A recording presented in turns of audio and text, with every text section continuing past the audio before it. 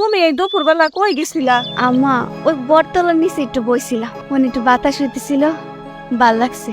যে গরম পড়ছে, বাড়ির ভিতরে তো আর থাকা যাইতেছে না। নাউজুবিল্লাহ নাউজুবিল্লাহ নাউজুবিল্লাহ, তুমি এটা কি কইতেছো? হ্যাঁ, আরে তোমারে না আমি কতদিন কইছি এই পোয়াতি সময় দিনটা হারে গাছের নিচে বয়া থাকতে হয় না, কত রকম খারাপ বাতাস চলাচল করে।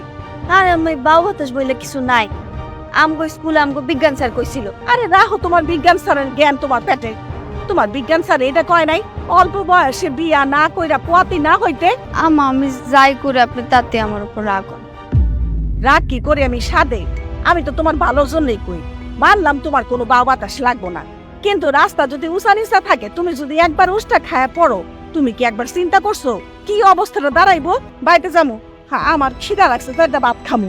ভাত তো রান্ধি নাই, ও আমার না খুব ক্লান্ত লাগতেছিল, আর যে গরম লাগতেছিল, এর মধ্যে না আমি আগুনের কাছে না যাইতে পারিনি।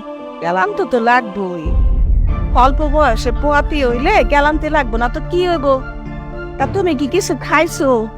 না আম্মা, খাই নাই। শিগগির চলো, আমার এখানে কিছু আছে খাওনের, আমি তোমার আগে খাওয়ায় তারপরে রান্না বান্না করুন।